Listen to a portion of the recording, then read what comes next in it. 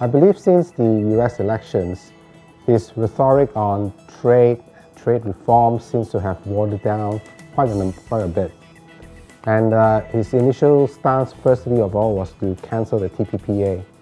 While we believe that the TPPA would have been positive for Malaysia and a lot of the Pacific countries, the compliance costs to meet that would have been very, very high and onerous a lot of the countries. And in line with that, we seem to have seen him soften his stance to China, from branding China as a currency manipulator, trade manipulator, to be able to sit down and have a conversation with the President of China.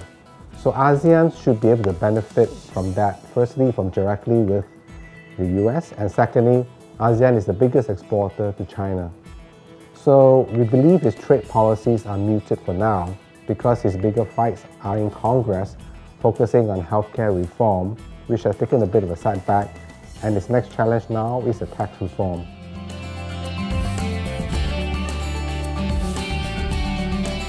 I think that question has been anticipated by markets for a long time, since 2013. So I believe that every fund, every central bank, every investor in the market has anticipated this rate increase and has positioned themselves appropriately.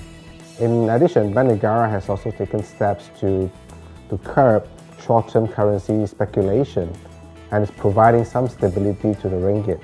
And the ringgit has appreciated a bit the last couple of months.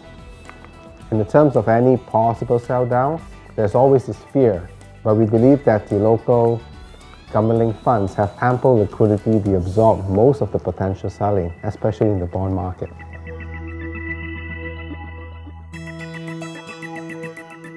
I believe the prospect for ASEAN this year will be quite strong. We are forecasting for a faster pace of growth of 4.4% compared to 4.3% last year. Now, the sustained pace of growth we believe will be supported by a stronger growth in exports based on the back of the global recovery. Secondly, stronger domestic spending based on improving the commodity prices. And thirdly, we believe infrastructure spending will also increase. Now, there'll be two recoveries in ASEAN.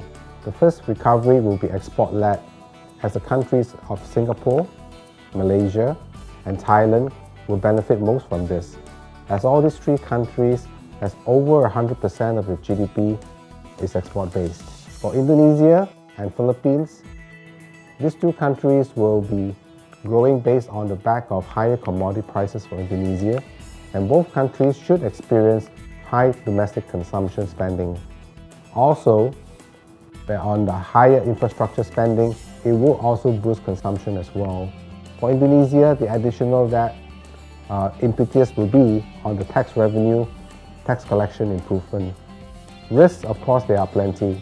Geopolitical risks, both local and global.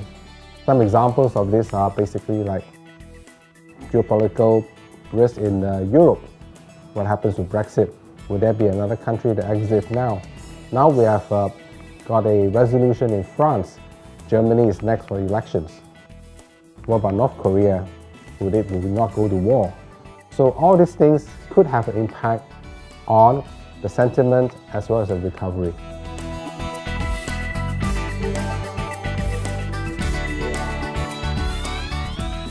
We continue to be true to our investment philosophy.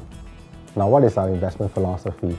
We continue to just focus on fundamentally strong companies with very good business models, strong management track record, and on top of that, good corporate governance.